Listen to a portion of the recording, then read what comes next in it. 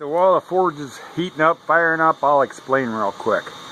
I saw a knife on one of the knife making forums, sort of a medieval style, and it had, well, there were 3 of them there actually, and they had the most beautiful ornate guards on them I've ever seen. And you can buy guards from some of the knife supply places, and I thought, oh, that's probably what they are. Somebody probably bought those because they were really, really sharp. So I posted on there, can anybody tell me where I can get guards like that? And I basically caught hell,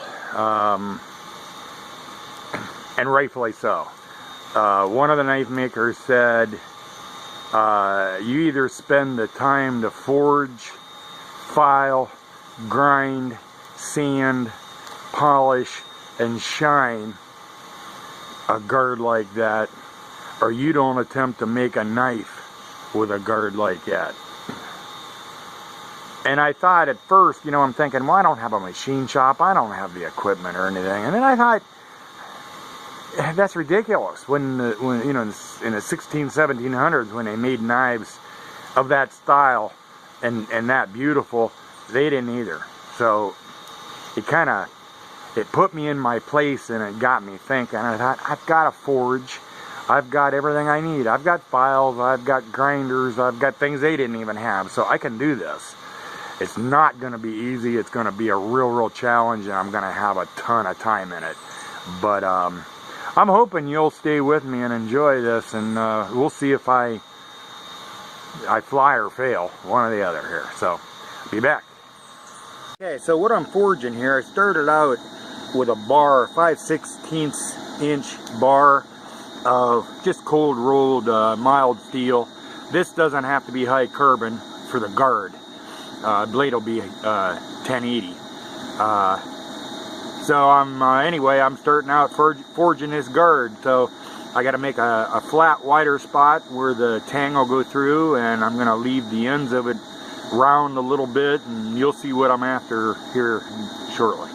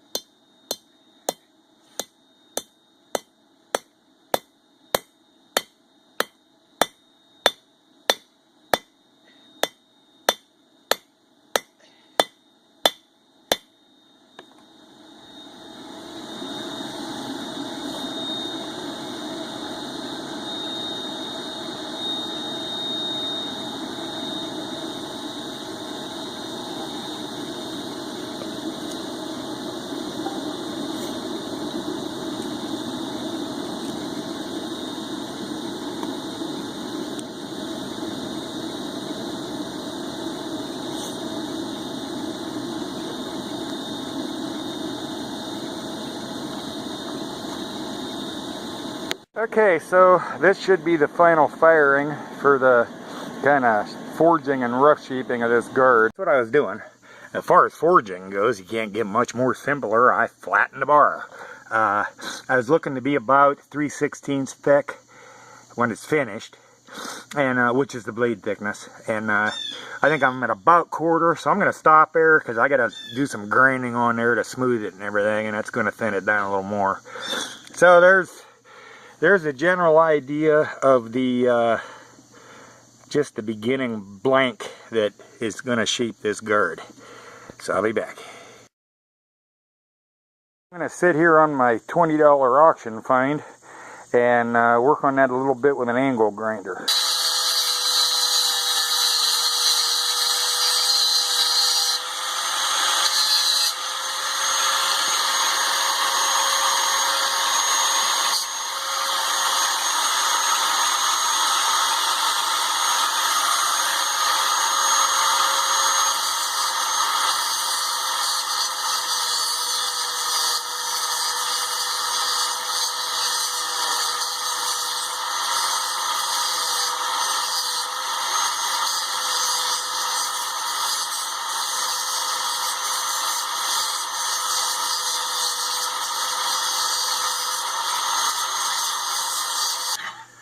Okay, so now a little file work.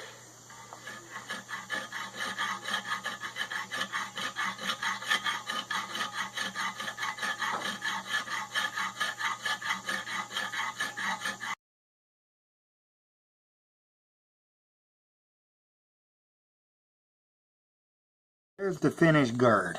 And basically that was just with the angle grinder, it was about like doing a chainsaw carving. I mean, I just sort of shaped it slowly and kind of eyeballed everything, and it turned out alright. I still had to do a lot of sanding, and like on these balls I want to get them basically more shiny, but so some 800,000 grit sandpaper, and then some, you know, eventually I'll do jeweler's rouge on it and shine it, but and I still got to do the slot in the center, of course, which will be for where the tang goes through. But anyway, that's generally the guard that's going to be on this knife that I'm making. Oh, I don't have the blade steel yet.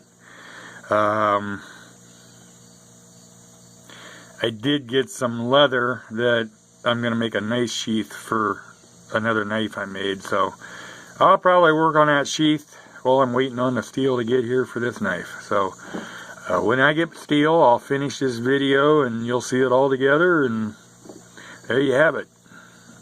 Bye.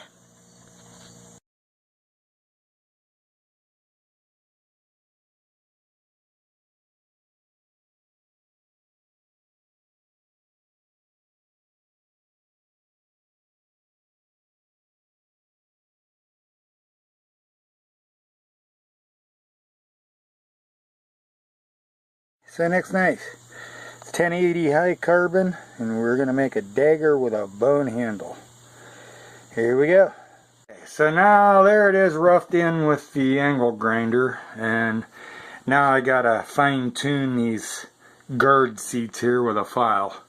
So now it's just a lot of hand work for a little while. Stay with me. Alright, so there it is, all roughed in.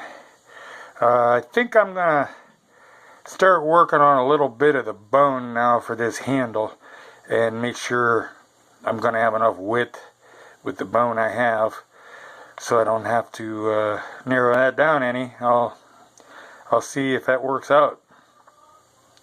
Stay with me. You cut the two ends off, and then you split it down the middle, and you end up with this. And so we got to keep cutting. Be back.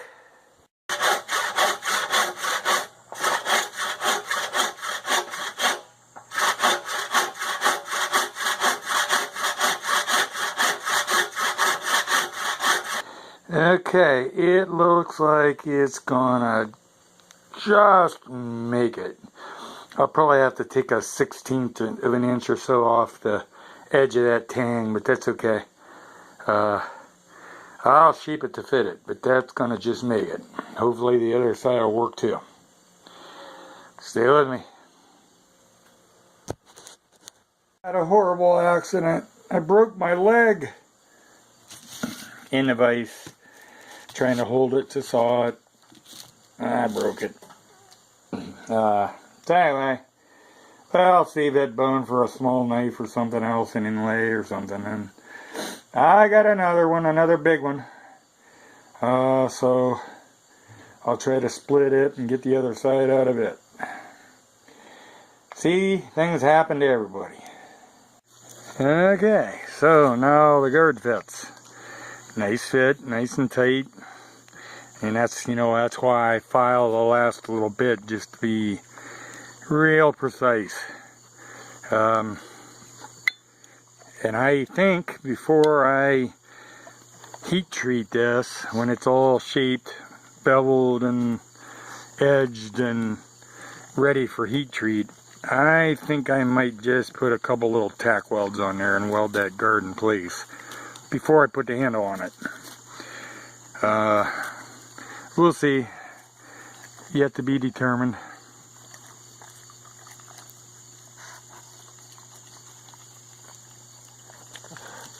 Okay, So I spray painted the blade with flat black spray paint. I'm kind of waiting for it to dry. You can see where it's still wet, and with the paint on there I'll be able to mark that blade better and see the markings.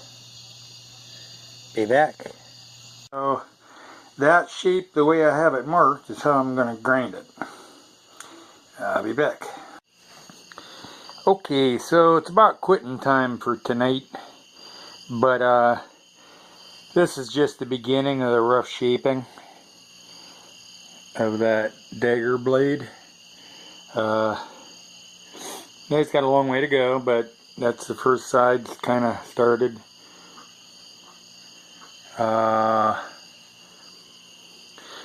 Just more of the same, really. But thought I'd let you see that before I quit for the night. And then tomorrow we're going to go back at it. Alright, see you in the morning. Good morning.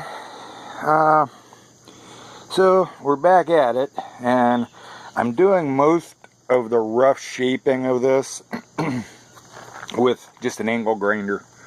And that's my little $14 angle grinder from Harbor Freight. And it's really done a fine job.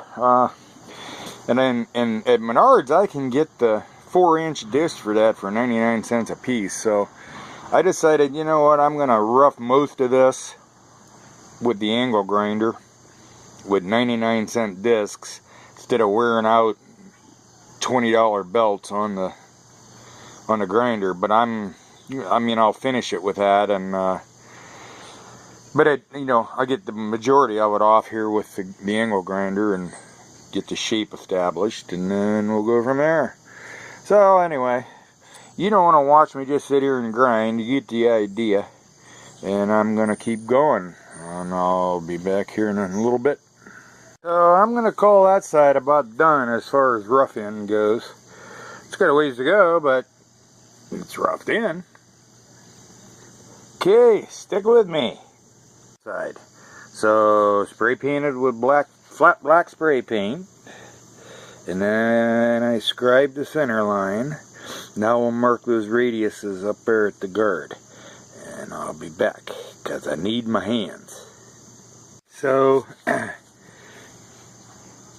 drew a straight line across where the back end of the guard seat is, and then I measured down from it 1 inch, and then I just used the bottle cap as a, where are we at?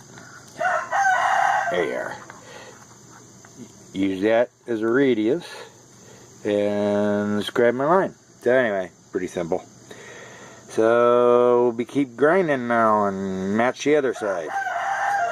Stick with me. Should mention, yeah, I could just mark this with a Sharpie marker, but I don't get quite as fine a line doing that. So that's why I do it this way, and it's not that much harder. So anyway, okay, I'm gonna start grinding. So there's one side of the second side. Stick with me.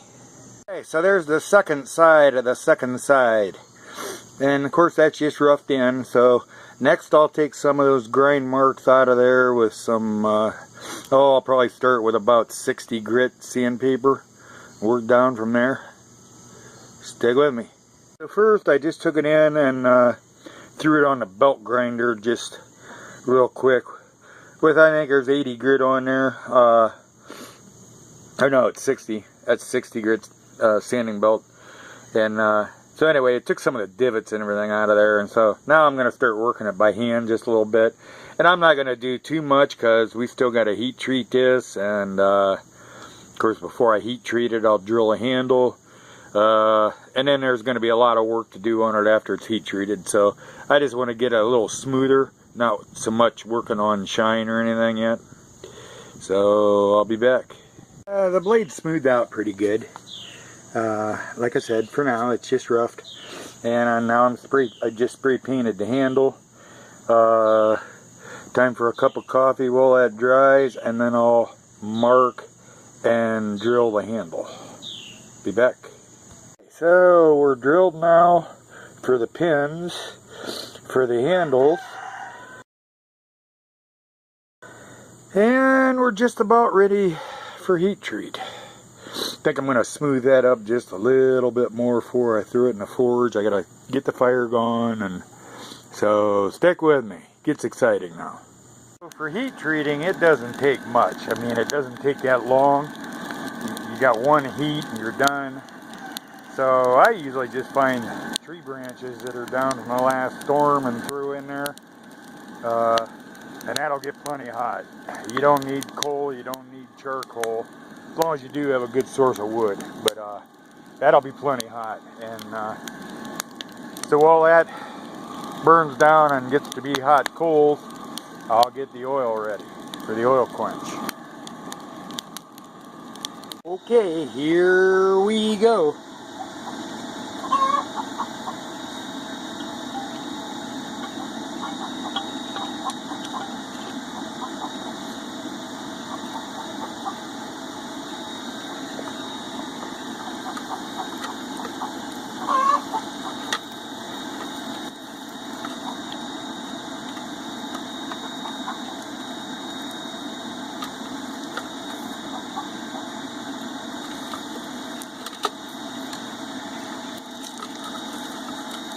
I should mention, you always want to move this around in a cutting motion, like you're slicing bread.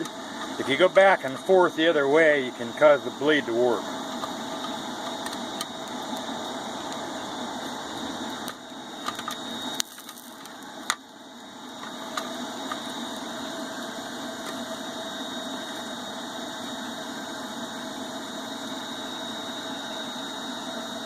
Okay, there it is, really ugly now.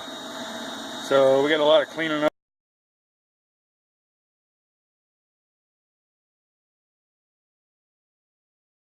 Okay, so next we scrubbed the oil off that with Dawn dish soap and an old toothbrush, so there's no oil on it, because we're about to put it in the Weiss oven at 400 degrees for about 45 minutes to an hour to temper it.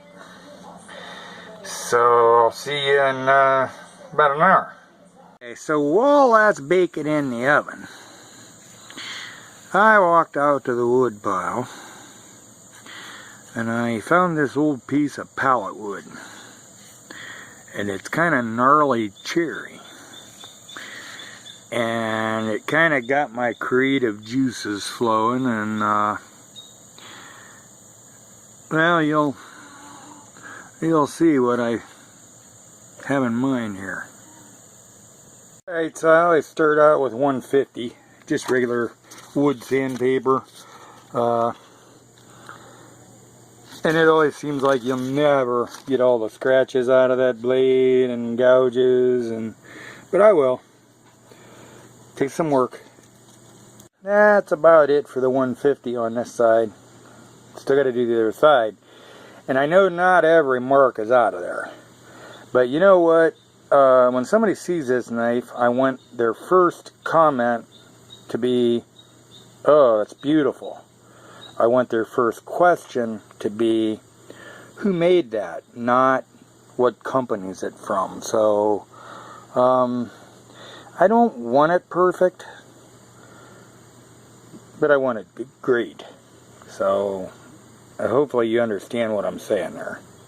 We go to 500 wet dry. I'll be back. Done with the 500. 800 next. I'll be back. Okay, so both sides are done to 800. Now we go to 1000. Worked on that a little bit with 1000. I'm thinking I'm going to do a forced patina on this, because it's a Dagger with the type of guard I forged for it. It's, you know, kind of gonna, and a bone handle. It's you know, gonna kind of look antique, whatever. So I think I'm gonna do a patina on this. So I probably won't go much further worrying about shining that blade, but we'll see what happens. So here's what I'm doing with the that cherry. I'm going to do it real dark, which I thought would really stand out cool against the bone. So I epoxied the bone to the cherry, And then, but the pins will come clear through the cherry and the bones. So I got to do the other one yet. I'll be back. Now we do forced patina. And I just wipe the whole knife down with alcohol real good. Make sure there's no fingerprints on it. Cotton balls and alcohol. So, and I'm heating some vinegar here. Just white distilled vinegar. And somebody's trying to cook dinner and they're really in my road, but hey. Okay, I'll be back. So we're steaming and bubbling away. I'll let that about a half hour or so and come back to it. Go work on the handles. Okay, so there's the forced patina all done. And the other handle is in the clamp, so it should be, epoxy should be cured and ready to go. So I'll be working on those next. Ready to drill the other side, put the pins in. I already got the pins cut. And then epoxy them on. And then shape them. Okay, so there it is. Drilled, pins are in. It's not epoxied yet. Take it back apart, put the epoxy in, and then shape those handles. I'll be back. So the scales are epoxied on, the pins are in. Now we just gotta wait for that epoxy to cure and do a bunch of shaping. Oh, and see how I did the tape all over the blade and guard, because I'm going to have it in a vise and be wrestling the thing around while I'm shaping the handle, and I don't want to mark that blade or anything, so I just protected it with tape. Okay, so I'll be back after the epoxy cures. Alright, so I think I'm going to call it a night. Been a long day, it's dark out. I don't know, it's probably about 8:30, 9 o'clock. I got my 12 hours in today. So I think I'm going to go ahead and let that cure overnight and shape the handles in the morning. Shop's a mess, I'm a mess. So I'll see you tomorrow morning. Bright and early, be here. Morning. Did you sleep well? I sure did. Okay, so we're going to get back at it shaping this handle this morning a little bit. And I'll keep you updated. Go get some coffee.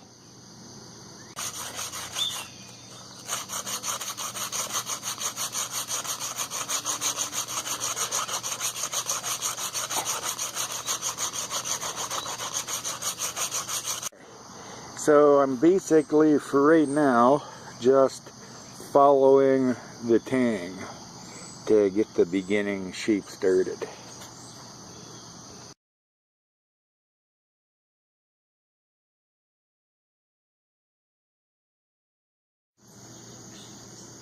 Forgot you were here. Didn't mean to be ignoring you. I just been working so hard I haven't stopped to talk to you for a minute. So anyway, mostly I used a rasp, a rat tail file, and a 1/2-inch dowel rod with sandpaper wrapped around it to shape that. And it's got a ways to go yet, but you know, the bone is a lot like the blade. When you're removing a lot of materials, you're making big scratches and gouges, and then you need to take those big scratches out with littler scratches, and you get finer and finer. And I shaped that with the 80 grit, kind of a commercial grade paper I get from a friend, and then I did 150, and now I'm working on it with 220.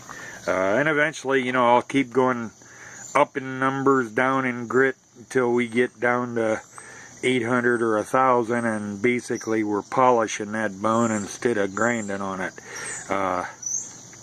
but a little at a time. You know, you take each time your scratches get more minute. So same thing with the wood. And that cherry is going to be beautiful, stained real dark against that bone. We'll see how that works out. I'll be back. Sanded down to 800, and I'm using Minwax. I wiped the sawdust off of it with alcohol so it'd dry quick, and cleaned it up. And then that's Minwax mahogany, red mahogany stain, and that's going to look pretty. But I'm going to give that about 2 or 3 coats, and I'm just putting that on with an artist brush, so I don't get it on the bone. There, now you can see it. Anyway, so after about 4 coats of that, I want to get it pretty dark, and then we'll go from there.